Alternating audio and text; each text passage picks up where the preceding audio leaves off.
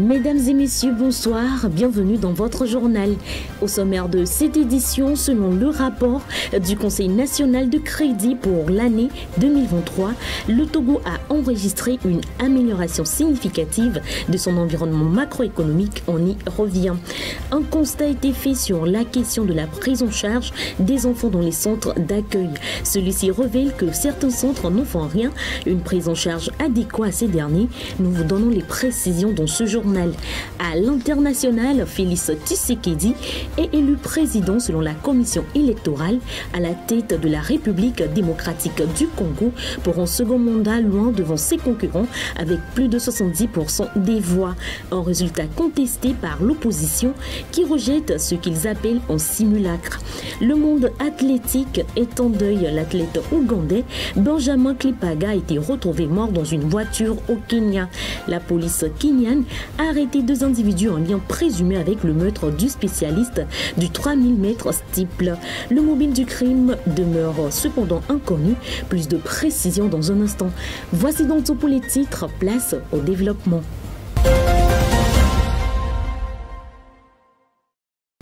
Bienvenue à tous. Le Togo retrouve sa dynamique économique similaire à celle observée avant l'impact de la pandémie de la Covid-19.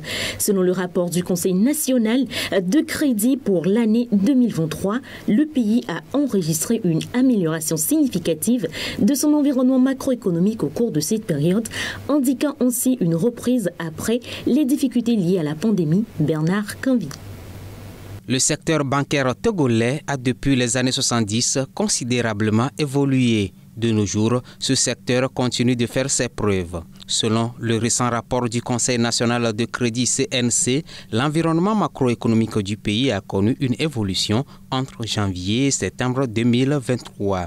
En effet, le secteur financier du Togo a enregistré des évolutions encourageantes, particulièrement en ce qui concerne l'accroissement de l'offre de services de proximité. Ceci porte le nombre total d'agences de banque à 250 à fin 2023, une progression de 5 unités des agences de banque en glissement annuel. Concernant le nombre de distributeurs automatiques de billets et celui de guichets automatiques de banque, l'on note également des avancées. Le premier quitte 7 unités pour s'établir à 332 et le second 5 unités pour atteindre 40 sur la même période. Les institutions de microfinance ont aussi connu des progressions. Elles ont bondi de 28 unités pour atteindre 611 sur toute l'étendue du territoire. Bien que les centres destinés à accueillir et prendre en charge les enfants vulnérables jouent un rôle crucial dans la protection de ces derniers, certains de ces établissements peuvent également représenter une forme de vulnérabilité pour les enfants. Quelles en sont les raisons et les mots de réponse dans ce qui suit? Les centres d'accueil et de prise en charge des enfants en situation de vulnérabilité jouent un rôle crucial dans l'encadrement, l'accompagnement et la protection de ces enfants. Cependant, les résultats issus de la dernière évaluation des centres d'accueil et d'hébergement des enfants laissent voir une vulnérabilité accrue dans certains centres d'accueil. L'évaluation a été faite par le ministère de l'Action sociale. Dans les détails, sur les 6080 enfants dénombrés dans les centres de prise en charge, 2330 enfants sont exposés à des situations de danger grave parce qu'ils vivent dans des centres problématiques. Des 120 centres évalués sur l'étendue du territoire togolais, plus du tiers sont considérés comme problématiques. 34 centres sont dysfonctionnels. 12 centres maltraitent les enfants pris en charge. Cependant, près de la moitié de ces centres sont perfectibles. Selon le ministère de l'Action sociale, seulement 18 centres de prise en charge et d'hébergement sont performants et sont en conformité avec les normes établies. Ce qui veut dire que près de 85% des centres n'offrent pas une prise en charge de qualité aux enfants. Ainsi, à leur sortie, la majorité des enfants qui ont grandi dans ces centres deviennent doublement vulnérables et constituent plutôt un poids sur le développement social. Au cours de ces 5 dernières années, l'agriculture au Togo a enregistré des excédents alimentaires dans certaines catégories. Malgré ces succès, le secteur demeure engagé dans des efforts constants en vue de son développement complet. Dans cette perspective, le pays vise une production céréalière de 1,5 million de tonnes pour la prochaine campagne agricole. Plus de détails. Depuis quelques années, le secteur agricole au Togo bénéficie d'énormes investissements de la part de l'État et des partenaires au développement, surtout en milieu rural. Ainsi, grâce à ces efforts, le pays est passé d'une agriculture familiale à une agriculture plus modernisée. Et c'est dans cette logique que les autorités agricoles envisagent une production céréalière plus importante. En effet, selon les prévisions de la Direction des statistiques agricoles, de l'informatique et de la documentation DSID, le Togo vise une production de 1,5 million de tonnes de céréales pour la campagne agricole 2023-2024. Rappelons que pour la campagne précédente, le secteur a enregistré une production de 1,433 million de tonnes de céréales, soit une progression de 2% par rapport à la campagne précédente qui est de 1,404 million de tonnes, ce qui signifie que depuis 2018, la tendance à la hausse de la production demeure constante. Cette tendance à la hausse de la production céréalière indique que le pays n'est pas loin d'atteindre son objectif qui est de parvenir à une agriculture moderne, durable et à hauteur ajoutée au service de la sécurité alimentaire nationale et régionale, et aussi d'une économie forte, inclusive et compétitive.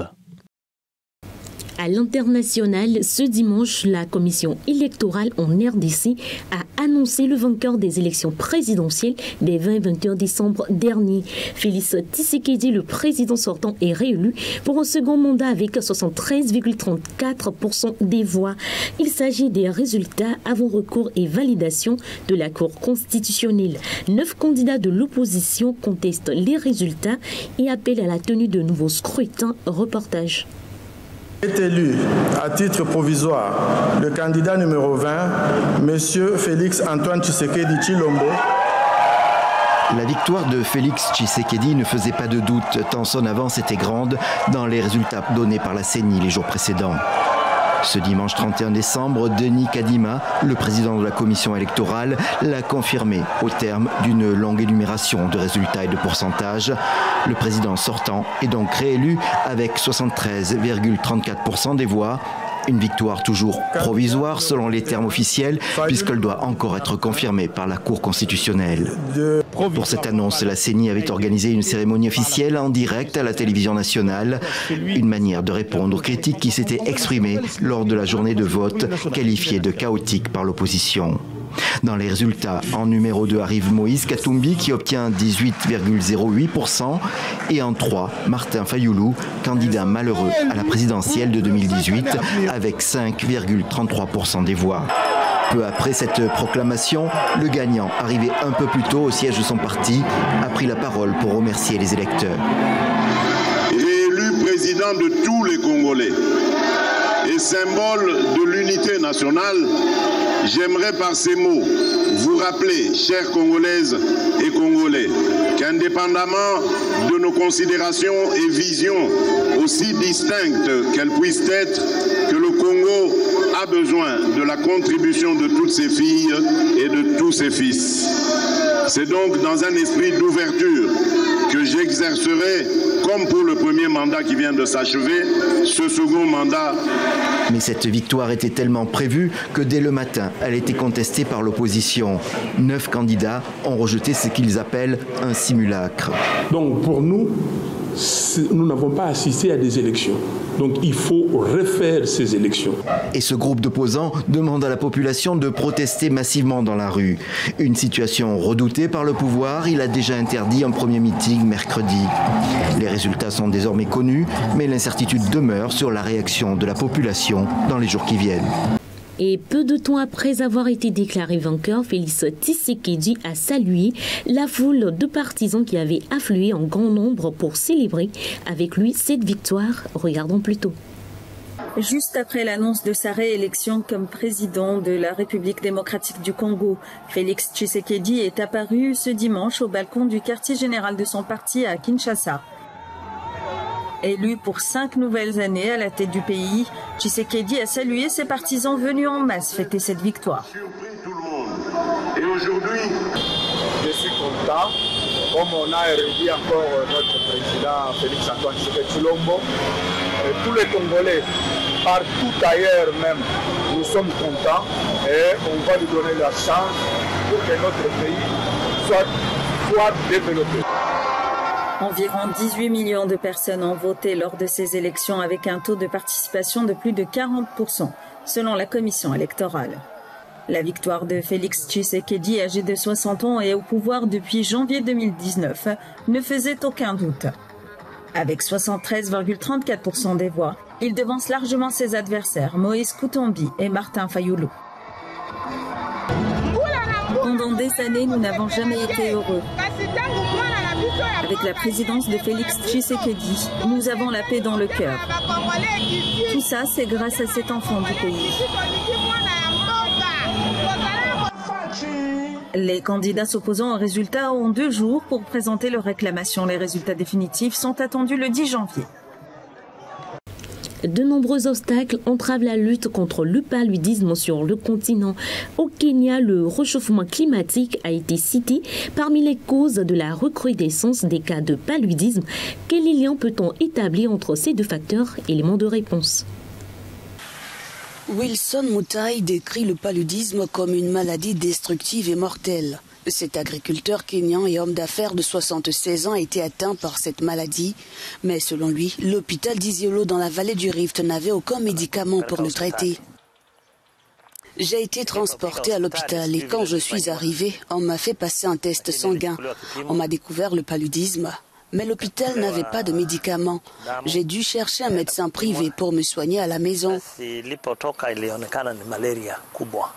Ce qui n'est pas le cas pour de nombreux autres patients au Kenya. Le paludisme tue environ 10 700 personnes chaque année selon le Centre de contrôle américain des maladies.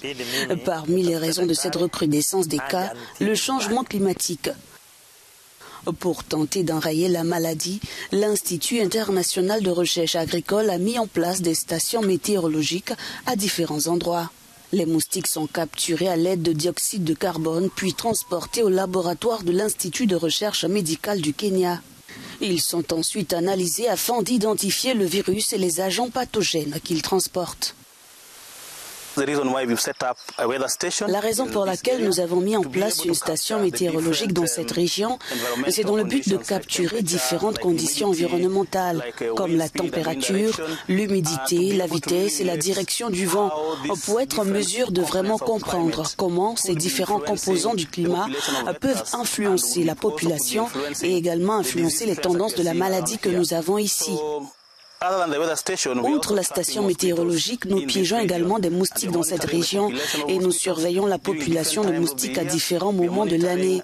Nous surveillons les agents pathogènes que les moustiques transportent. La Corne de l'Afrique a récemment connu des inondations meurtrières, notamment en raison du phénomène El Niño, qui ont laissé sur leur passage des crues abondantes devenues au fil du temps des lieux de reproduction pour les moustiques et qui pourraient conduire à une augmentation des vecteurs, selon Willy Sakwele, conseiller principal pour le centre kenyan du paludisme. Avec l'augmentation de la température, des précipitations et de l'humidité, il y a plus de reproduction. Il y a plus de sites de reproduction, il y a donc un risque élevé de transmission de maladies à transmission vectorielle comme le paludisme, la dengue, la fièvre dans la vallée du Rift et le chikungunya. Selon le dernier rapport de l'OMS, en 2022, il y avait environ 249 millions de cas de paludisme dans le monde. L'Afrique reste le continent le plus touché par la maladie. Le monde du sport et plus particulièrement celui de l'athlétisme est en deuil. Benjamin Klipaga, expert du 3000 mètres steeple, a été découvert sans vie à l'intérieur d'une voiture. Il aurait perdu la vie suite à une attaque à l'arme blanche à proximité de la ville d'Eldoré au Kenya selon les premières informations. Des enquêtes sont actuellement en cours pour éclaircir les circonstances entourant ce drame. La police kenyane a ouvert une enquête dimanche suite au meurtre à l'arme blanche de l'athlète ougandais Benjamin Klipaga. Son corps a été retrouvé samedi soir à l'intérieur de cette voiture dans les environs d'Eldoré où il s'entraînait selon des médias locaux. Cette ville en altitude de la vallée du Rift est prisée par de nombreux athlètes spécialistes du fond et du demi-fond. Le commandant de la police de Mweben est revenu sur la scène du crime. La personne qui a été assassinée s'appelle Edouard Espoir Kiplaga, alias Benjamin. Il vient de Marakwet, il est d'origine kenyane, mais c'est un athlète international qui représentait l'Ouganda aux derniers Jeux olympiques.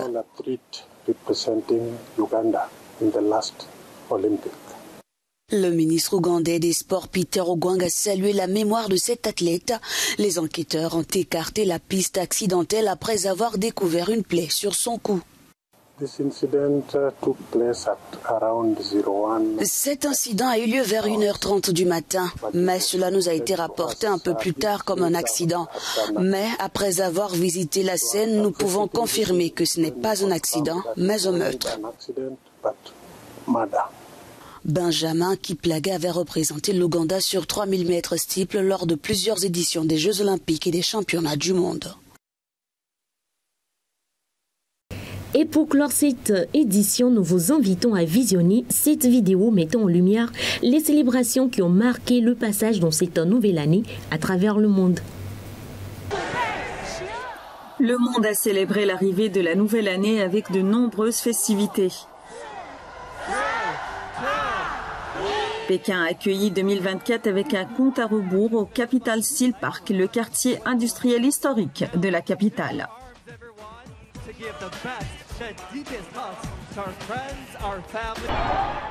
Aux Émirats arabes unis, de superbes feux d'artifice ont été déployés à Dubaï, illuminant le ciel nocturne de la ville avec ses gratte-ciel. La plus grande fontaine du monde située sous Burj Khalifa a été synchronisée pour l'occasion avec le spectacle de lumière.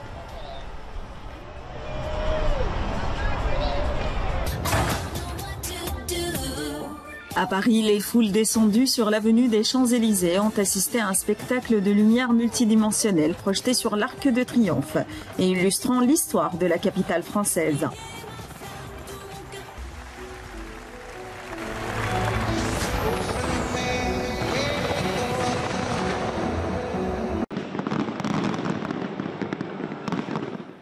À l'autre bout du monde, des milliers de personnes se sont rassemblées sur la mythique plage de Copacabana à Rio, au Brésil, pour célébrer le début de 2024, en profitant d'un feu d'artifice de 12 minutes.